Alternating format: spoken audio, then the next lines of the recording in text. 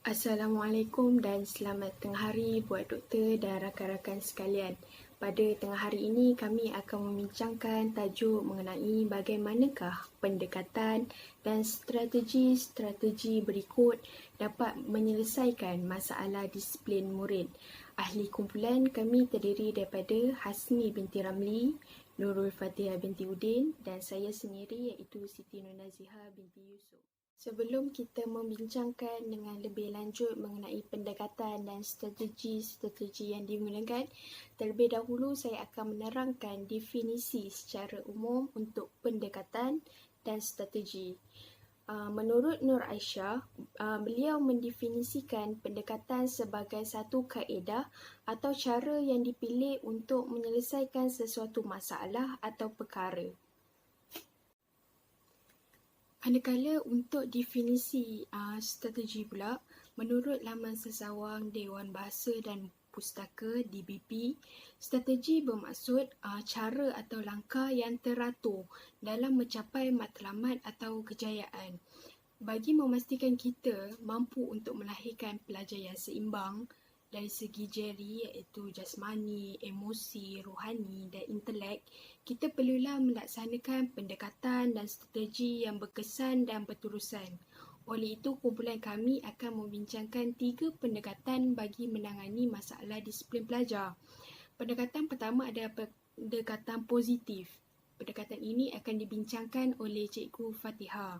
Manakala pendekatan kedua adalah pendekatan pencegahan. Pendekatan ini pula akan dibincangkan oleh saya sendiri. Manakala pendekatan yang terakhir iaitu pendekatan pemulihan yang akan dibincangkan oleh Cikgu Hasni. Baiklah, terdapat 4 pendekatan dan strategi yang boleh dilakukan oleh guru untuk mengatasi masalah disiplin pelajar di sekolah. Yang pertama, menggunakan pendekatan positif dalam bentuk galakan dan pujian. Yang kedua, menggunakan pendekatan pencegahan. Yang ketiga, menggunakan pendekatan pemulihan. Dan yang terakhir, menggunakan pendekatan hukuman. Baiklah, bagi pendekatan yang pertama adalah pendekatan positif, iaitu galakan dan pujian kepada pelajar. Pendekatan positif merupakan suatu rangsangan yang diberikan kepada pelajar supaya tingkah laku diulangi atau dilakukan oleh pelajar akan diperkuatkan lagi. Pendekatan positif ini terbahagi kepada 2, iaitu verbal dan non-verbal. Verbal merupakan dalam bentuk pujian dan galakan, manakala non-verbal pula dalam bentuk sentuhan dan senyuman. Guru perlu menggalakkan suasana pujian berbanding hukuman kerana pujian mempunyai kuasa motivasi yang kuat terhadap diri pelajar. Guru yang baik dan berkesan pula adalah guru yang menggunakan pujian bagi menarik minat dan merangsang pelibatan pelajar dalam pengajarannya. Guru juga tidak boleh membiarkan pelajar mereka tidak terlibat dalam apa-apa aktiviti yang dijalankan sepanjang proses pengajaran dan pembelajaran dilakukan. Penggunaan pujian dalam pengajaran adalah strategi penting dalam membina keyakinan diri dan harga diri pelajar. Hal ini kerana pujian mampu meningkatkan motivasi pelajar untuk terus yakin kehadapan dan juga percaya kepada diri mereka. Contoh pendekatan positif adalah yang pertama, memberikan pujian kepada pelajar. Guru boleh memberikan pujian kepada pelajar yang menyiapkan tugas yang diberikan dalam tempoh yang ditetapkan. Pujian yang diberikan akan membuatkan pelajar merasakan perlakuan mereka akan dihargai oleh guru.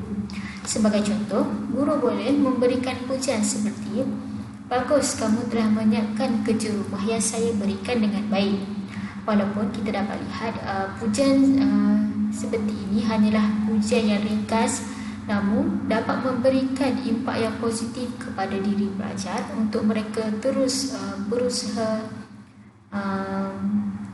menyiapkan segala tugasan yang diberikan oleh guru. Yang kedua, memberikan ganjaran kepada pelajar. Pengajaran yang diberikan mampu meningkatkan motivasi pelajar untuk mengekalkan kejayaan atau mereka terus berusaha untuk berjaya. Memberikan ganjaran juga dapat mengurangkan masalah disiplin dalam kalangan pelajar apabila usaha yang mereka lakukan adalah tidak sia-sia. Sebagai contoh, guru boleh memberikan hadiah kepada pelajar yang menghantar tugasan dengan lebih awal. Hal ini juga dapat meningkatkan motivasi pelajar lain untuk menyiapkan tugasan yang diberikan ini supaya mereka juga memperoleh ganjaran yang sama diberikan oleh mereka yang menghantar tugasan dengan lebih awal. Seterusnya, contoh pendekatan positif lain adalah guru boleh mendengar masalah yang dihadapi oleh pelajar. Guru boleh meluangkan masa untuk mendengar masalah yang dihadapi oleh pelajar yang telah mengakibatkan mereka ini terlibat dalam masalah disiplin di sekolah.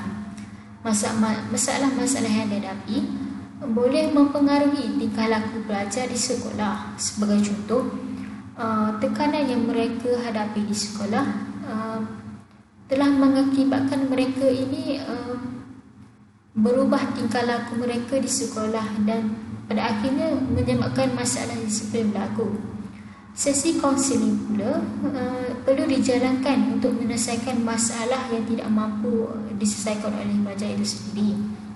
Namun begitu, guru tidak boleh menyebarkan ataupun membuka cerita berkenaan pelajar yang menerima kaunseling dan perlu menunjukkan sifat empati mereka kepada mereka.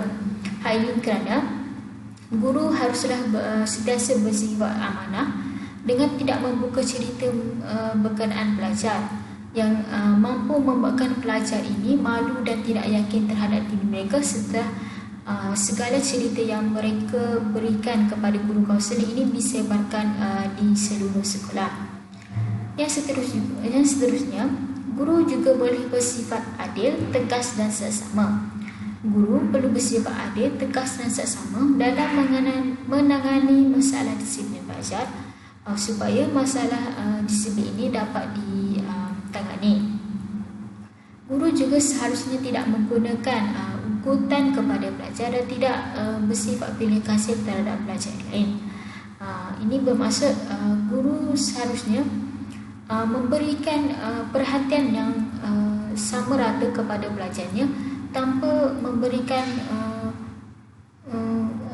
kasih sayang yang berlebihan kepada pelajar yang berkelakuan baik, namun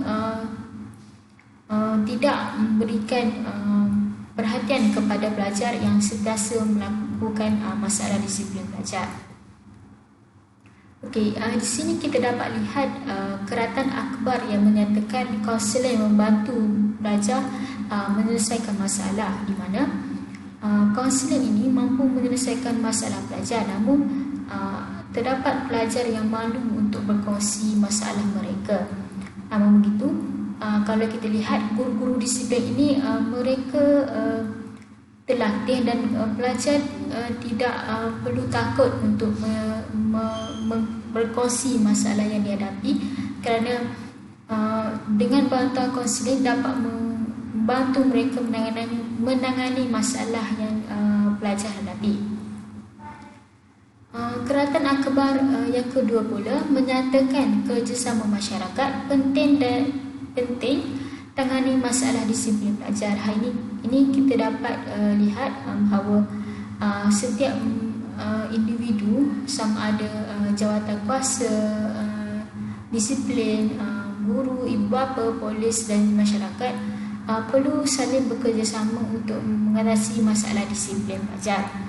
Dalam keratan akhbar ini juga menyatakan bahawa masalah disiplin pelajar ini kerap kali berlaku kerana masalah yang berpunca daripada keluarga mereka ataupun persekitaran hidup mereka yang. Menurut Halimah, pendekatan pencegahan adalah usaha yang dijalankan untuk menghalang satu-satu masalah yang mungkin timbul dan akan meruncing. Di dalam pendekatan pencegahan ini, saya akan membincangkan 3 perkara.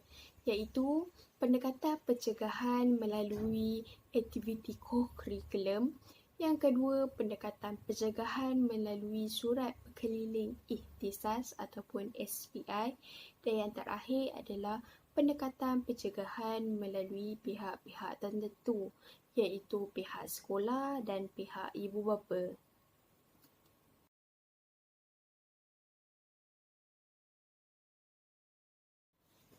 Pendekatan pencegahan melalui aktiviti co-curriculum.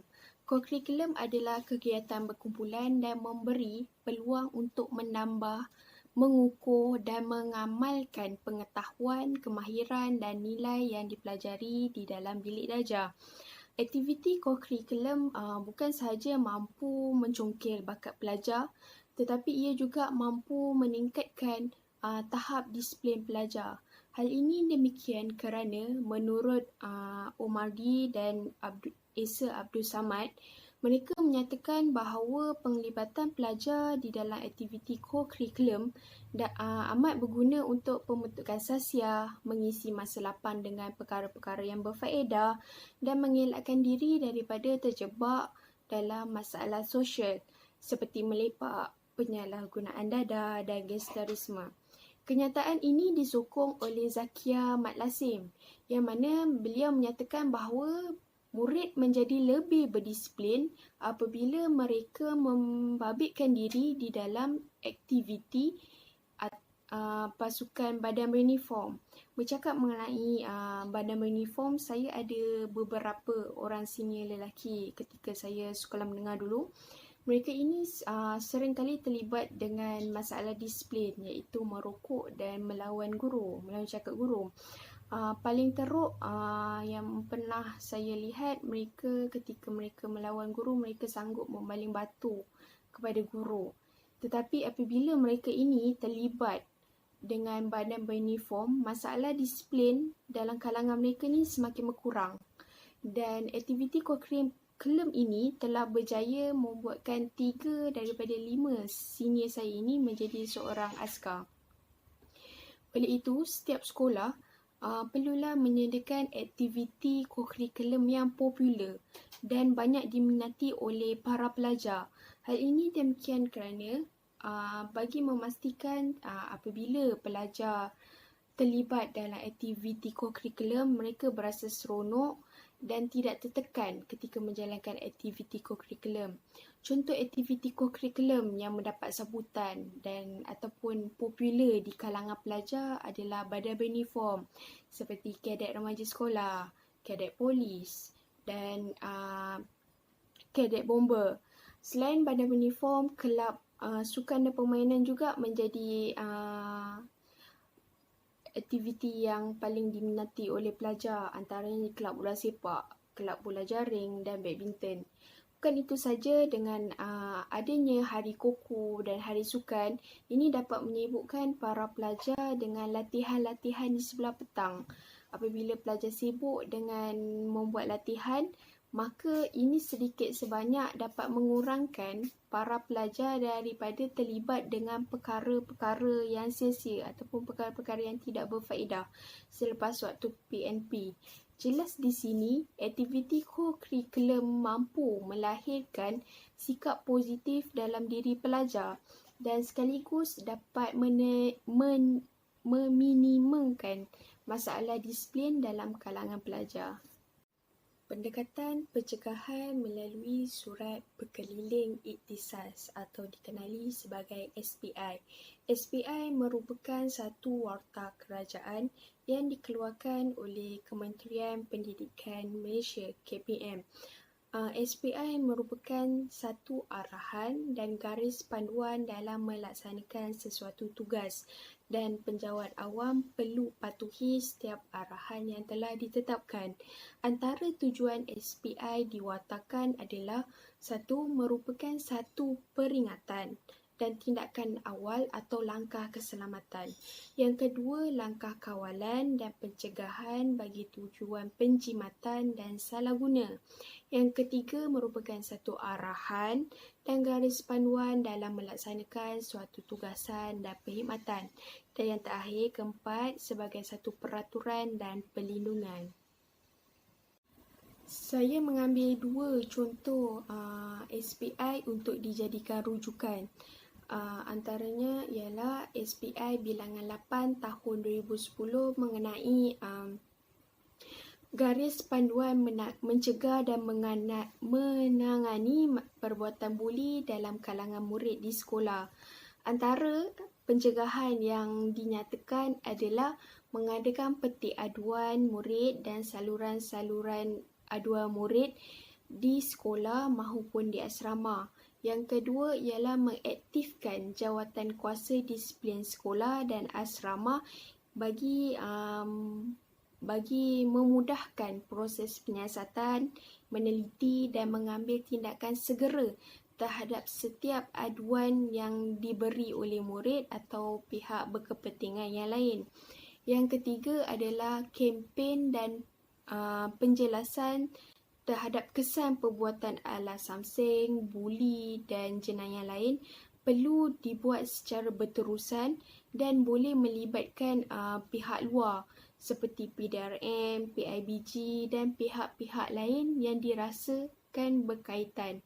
Dan yang terakhir ialah semua guru, kaki tangan sekolah serta murid perlu dimaklumkan tentang penegasan penguatkuasaan larangan ini di peringkat sekolah masing-masing. Contoh SPI kedua ialah SPI bilangan 6 tahun 1995 mengenai masalah punting sekolah. Terdapat beberapa langkah untuk memastikan masalah ini dapat dikurangkan. Antaranya ialah pihak JPN dan JPD hendaklah mengesan kadar punting sekolah dan punting kelas setiap bulan dan memastikan pihak sekolah melakukan usaha untuk mengatasi masalah tersebut.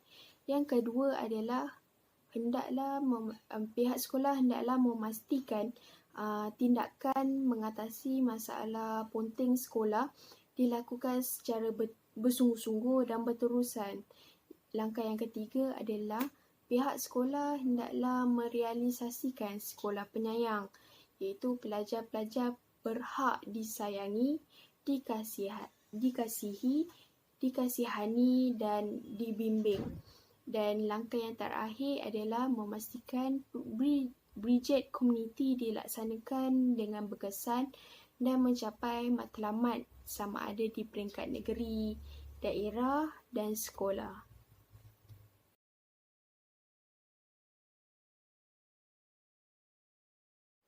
Pada bahagian ini, saya akan menerangkan mengenai pendekatan pencegahan melalui pelbagai pihak. Kita akan mulakan dengan pihak sekolah terlebih dahulu. Sekolah merupakan rumah kedua kepada para pelajar. Hal ini demikian kerana kebanyakan masa pelajar berada di sekolah selain di rumah. Suasana sekolah yang tidak menarik dan teknik mengajar guru yang bosan telah menjadi faktor berlakunya masalah disiplin dalam kalangan pelajar. Oleh sebab itu, pihak sekolah seharusnya menceriakan kawasan-kawasan sekolah dan guru-guru perlulah menggunakan teknik mengajar yang lebih kreatif dalam menarik minat para pelajar untuk datang dan belajar di sekolah. Selain itu, pendidikan civic yang diajar di sekolah mampu mewujudkan persekitaran dan suasana yang positif. Hal ini demikian kerana kita sedia maklum bahawa pendidikan civic mengajar murid-murid mengenai nilai-nilai yang positif. Hal ini ditambah lagi dengan pelaksanaan peraturan-peraturan yang tegas. Ini mampu mengurangkan masalah disiplin yang berlaku dalam kalangan para pelajar. Perlu diingatkan bahawa tanggungjawab mencegah masalah disiplin ini tidak hanya terhad kepada guru disiplin, pengetua dan JPKM semata-mata, tetapi ia merupakan tanggungjawab untuk semua guru. Oleh itu, setiap guru seharusnya bertindak sebagai guru disiplin yang mampu menegur dan menasihati pelajar ketika pelajar melakukan kesalahan.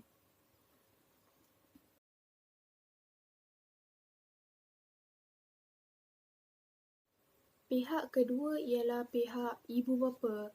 Selain pihak sekolah, ibu bapa juga memainkan peranan penting dalam mencegah masalah disiplin dalam kalangan pelajar. Hal ini demikian kerana pembentukan sikap para pelajar adalah berlandaskan kepada asuhan yang diberikan oleh ibu bapa. Jika asuhan yang diberikan itu baik, maka kemenjadian para pelajar juga itu baik. Malah menurut Wong Kek Seng, beliau menyatakan bahawa sikap kurang peduli ibu bapa menjadi penyebab utama wujudnya masalah dalam kalangan remaja. Oleh itu, cara terbaik untuk mencegah anak-anak daripada terlibat dengan masalah disiplin ialah dengan sentiasa berkomunikasi dengan anak-anak. Komunikasi merupakan satu usaha untuk mengenali anak-anak dengan lebih baik. Melalui komunikasi, anak-anak akan menjadi lebih dekat dengan ibu bapa. Anak-anak juga akan berasa senang untuk berkongsi masalah dengan ibu bapa dan tidak bergantung dengan orang luar seperti rakan-rakan mereka. Malah hubungan yang harmoni juga dapat dilahirkan dalam keluarga apabila komunikasi baik berlaku di antara ibu bapa dan anak-anak. Walau bagaimanapun, ketika berkomunikasi dengan anak-anak, ibu bapa tidak seharusnya meletakkan ego terlalu tinggi sehingga tidak mampu ataupun tidak mahu mendengar setiap alasan atau pandangan yang diberikan oleh anak-anak. Oleh itu, amat penting untuk ibu bapa menjadi pendengar dan penasihat yang baik kepada anak-anak. Apabila ibu bapa berjaya menjadi pendengar dan penasihat yang baik kepada anak-anak, maka ini sekaligus dapat membantu menyelesaikan masalah yang dihadapi oleh anak-anak dan anak-anak semakin percaya untuk berkongsi masalah dengan ibu bapa. Cara yang kedua ialah sentiasa mengambil tahu aktiviti anak-anak sama ada di luar sekolah maupun di dalam sekolah. Anak-anak merupakan tanggungjawab terbesar ibu bapa. Setiap aktiviti anak-anak perlulah untuk ibu bapa tahu dan tidak memberi semua tanggungjawab itu kepada guru semata-mata. Apabila ibu bapa aktif dalam mengambil tahu aktiviti anak-anak, maka masalah disiplin dalam kalangan anak-anak dapat dikurangkan. Hal ini demikian kerana mereka merasa diri mereka sentiasa diawasi dan mereka juga dapat merasai kasih sayang daripada ibu bapa mereka. Oleh itu, sebagai ibu bapa, walaupun ibu bapa memberikan kebebasan kepada anak-anak, tetapi amat penting untuk ibu bapa sentiasa tahu setiap aktiviti anak-anak sama ada di dalam maupun di luar rumah. Hal ini bagi memastikan ibu bapa tahu bahawa anak-anak mereka melakukan aktiviti yang berfaedah dan tidak melakukan aktiviti-aktiviti yang mampu memberikan kemudaratan kepada diri anak-anak mereka. Okey, seterusnya iaitu pendekatan pemulihan. Pendekatan pemulihan berarti pendekatan yang memberi fokus kepada kekurangan atau masalah yang dapat dikenali pasti dari semasa ke semasa. Langkah mengatasi dijalankan dengan harapan murid dapat mengubah kelakuannya untuk mengelakkan berlakunya perkara krisis. Pendekatan pemulihan ini dilakukan oleh guru bimbingan dan kaunseling untuk memberikan bimbingan serta konseling ataupun nasihat kepada murid-murid yang mempunyai masalah disiplin. Terdapat beberapa pendekatan yang boleh diambil oleh guru konseling dalam menjalankan sesi pemulihan terhadap murid-murid yang melakukan masalah disiplin. Antara pendekatan yang boleh diambil adalah pendekatan yang melibatkan ibu bapa. Ibu bapa ni seharusnya terlibat secara langsung dalam mengatasi masalah disiplin dalam kalangan murid. Hal ini kerana emosi murid akan mudah berubah menjadi lemah apabila ia melibatkan ibu bapa. Oleh itu, konselor akan mengadakan perjumpaan bersama ibu bapa murid bagi membantu dalam pemantauan tingkah laku anak mereka. Peranan ibu bapa ni sangat penting dalam mengawal, mendidik dan membentuk identiti murid, bukan hanya bergantung sepenuhnya kepada pihak sekolah semata-mata. Seterusnya iaitu terapi realiti ataupun reality therapy.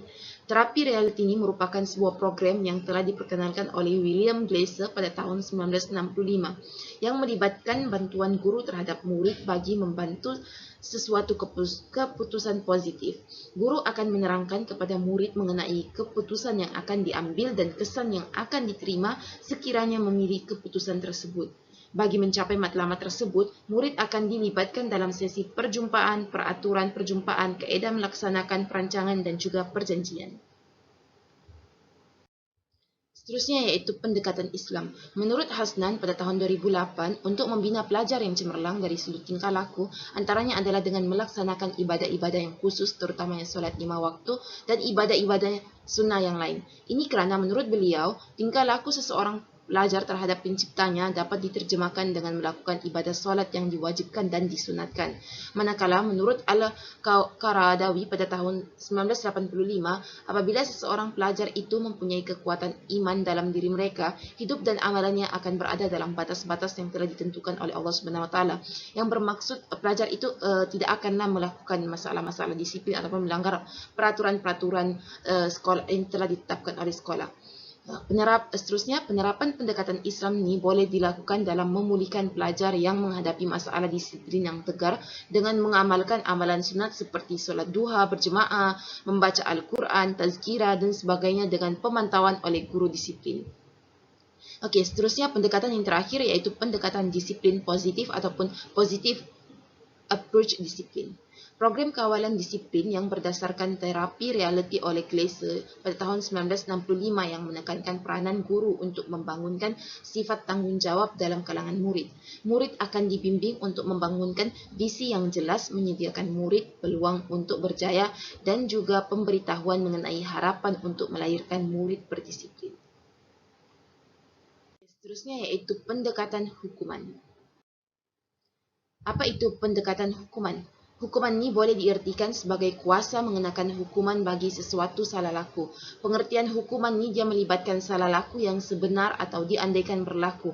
Ini merupakan hukuman bersifat memberi balasan kepada sesuatu kesalahan yang telah dilakukan. Hukuman ini hendaklah dikenakan oleh seseorang yang berkuasa ke atas yang dihukum. Dalam disiplin sekolah, hukuman atau denda ialah tindakan disiplin yang dikenakan terhadap murid yang melanggar peraturan sekolah, bertujuan untuk mengubah tingkah laku murid yang tidak diingini dan mencegahnya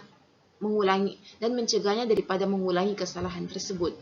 Hukuman atau denda merupakan tindakan disiplin yang tidak disukai oleh murid, malahan boleh membawa kesan yang negatif kepada kawalan disiplin murid.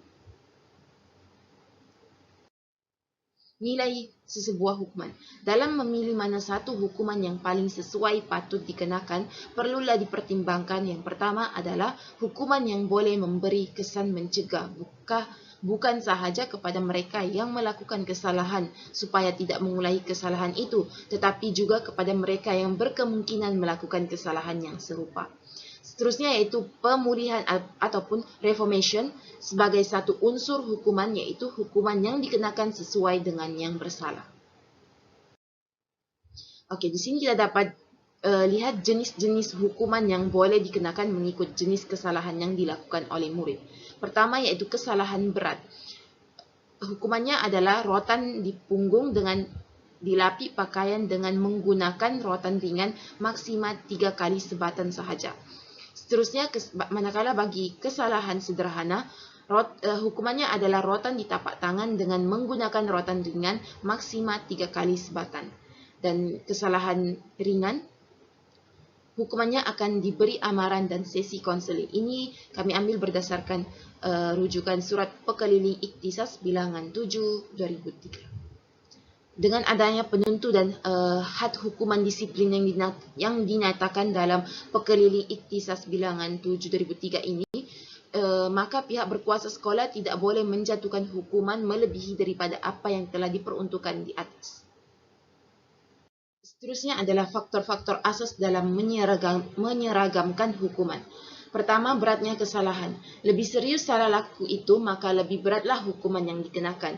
Pemeringkatan salah laku tergantung kepada tujuan orang yang membuat kesalahan itu dan setakat mana perbuatan itu membahayakan.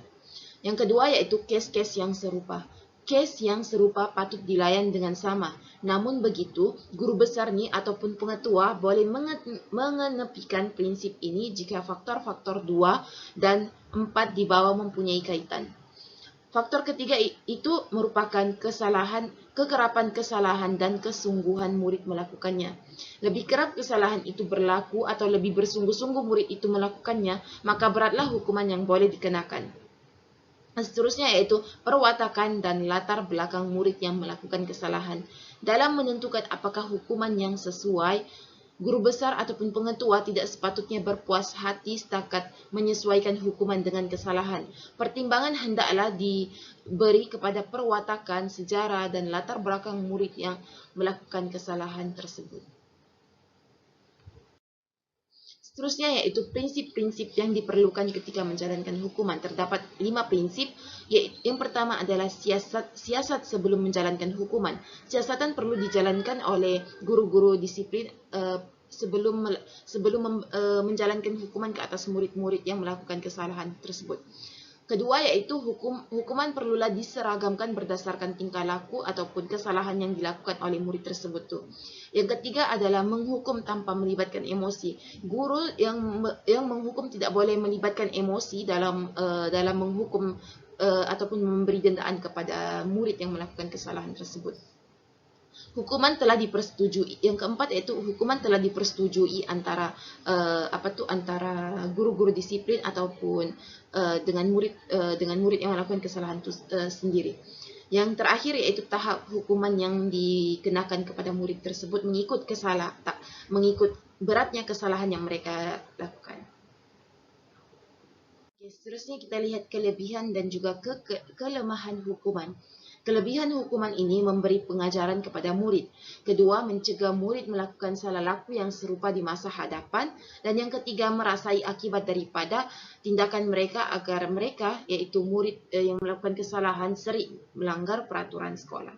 Kelemahan hukuman ini pula adalah ia boleh menimbulkan rusuhan, kebencian kepada guru yang melakukan hukuman, ketakutan kepada murid dan juga mengurangkan keyakinan murid.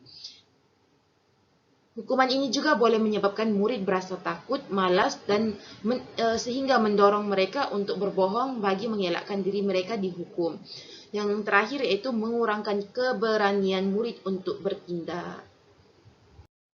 Seterusnya hukuman yang boleh dikenakan berdasarkan panduan tata cara disiplin sekolah untuk guru besar dan guru KPM 1998, hukuman yang boleh dikenakan ialah penahanan, hukuman dera ataupun corporal punishment, amaran, penggantungan sekolah dan juga pembuangan sekolah. Hukuman penahanan. Hukuman penahanan adalah untuk mengawal murid-murid yang jahat supaya tingkah lakunya pada masa yang akan datang diharap dapat dipengaruhi dan dibaiki dengan cara menafikannya dari menikmati dan menggunakan masa lapangnya. Yang kedua yaitu arahan penahanan itu hendaklah menentukan masa dan jumlah jam ditahan seseorang itu ditahan. Yang ketiga adalah kehadiran kelas penahanan mendatangkan kesan mencegah kepada murid berkenaan dan juga murid yang lain. Yang keempat adalah aktiviti penahanan hendaklah merupakan sesuatu yang berfaedah dan yang membina kepada murid yang ditahan. Jenis hukuman yang kedua yaitu hukuman dera. Hukuman dera ataupun rotan boleh dikenakan kecuali ke atas murid-murid perempuan tertakluk kepada syarat-syarat yang telah dinyatakan dalam peraturan-peraturan pelajaran disiplin sekolah 1959. Hukuman dera ini juga dijalankan sebaik-baik sahaja sesuatu salah laku itu dilakukan oleh murid dan hendaklah dibuat setelah sesuatu salah laku itu telah dapat disahkan. Hukuman ini juga dijalankan oleh pengetua ataupun guru besar sendiri atau seseorang guru yang berdaftar yang telah diberi kuasa secara nyata atau khas, iaitu mengikut keadaan perkara 6 Ordinan Pelajaran 1957, Peraturan-Peraturan Pelajaran Disiplin Sekolah 1959. Hukuman dera ini hendaklah dijalankan dengan menggunakan rotan ringan dan pukulan rotan hanya boleh dibuat pada tapak tangan atau di bahagian punggung yang berlapi. Hukuman dera ke atas pelajar perempuan dilarang secara nyata dalam perkara 5 Ordinan Pelajaran 1957, Peraturan-Peraturan Pelajaran Disiplin 1959. Jenis hukuman yang ketiga iaitu hukuman amaran. Hukuman amaran ini adalah sesuai apabila pengetua ataupun guru besar atau guru yang diberi kuasa telah mempertimbangkan keadaan, jenis salah laku dan kelakuan murid yang telah melakukan salah laku itu. Hukuman amaran yang dilaksanakan adalah kurang wajar dikenakan hukuman yang lebih berat lagi selepas itu. Tindakan hukuman amaran ini merangkumi kepada 3. Yang pertama adalah amaran 1, 2, dan 3 bagi kategori salah laku ringan dan amaran dan amaran keras bagi kategori salah laku sederhana dan amaran keras bagi kategori salah laku berat. Jenis hukuman yang keempat iaitu penggantungan sekolah. Hukuman penggantungan merupakan satu arahan di mana seseorang murid itu dilarang dari memasuki kawasan sekolah. Penggantungan adalah bersifat sementara sahaja dalam jangka masa yang berpatutan, iaitu sehingga tidak melebihi daripada 14 hari persekolahan. Hukuman penggantungan sekolah ini berlaku dalam keadaan di mana seseorang murid berkelakuan liar dan mengganggu sehingga perlu diasingkan dari sekolah manakala menunggu hasil siasatan mengenai cara yang paling sesuai untuk menghadapinya. Pengetua guru besar berkuasa mengarahkan penggantungan persekolahan murid itu sehingga tidak melebihi daripada 14 hari. Penggantungan yang dibuat kerana menunggu hasil sesuatu siasatan hendaklah dibezakan sebagai satu hukuman yang dijatuhkan oleh pengetua atau guru besar seperti diperbekalkan dalam Peraturan 8 Peraturan Pelajaran Disiplin Sekolah 1959. Yang terakhir, bila penggantungan dibuat sebagai tindakan menghukum, peluang yang cukup untuk murid membuat penjelasan hendaklah diberikan. Jenis hukuman yang terakhir iaitu pembuangan sekolah. Hukuman ini merupakan hukuman yang boleh dikenakan ke atas mana-mana murid yang didapati bersalah ataupun tersabit dengan mana-mana kategori salah laku berat selaras dengan Peraturan Disiplin Sekolah 1959. Seseorang murid yang telah melakukan salah laku atau tingkah laku yang mengganggu berulang kali dan didapati tidak berubah selepas tindakan memulinya diambil oleh pengetua atau guru besar atau tingkah lakunya mendatangkan gangguan yang serius kepada murid-murid lain dan terhadap keseluruhan disiplin sekolah, tindakan yang sesuai diambil ialah mengarahkan pembuangan dari sekolah. Jenis hukuman ini adalah hukuman yang paling berat di sekolah. Sekian daripada saya.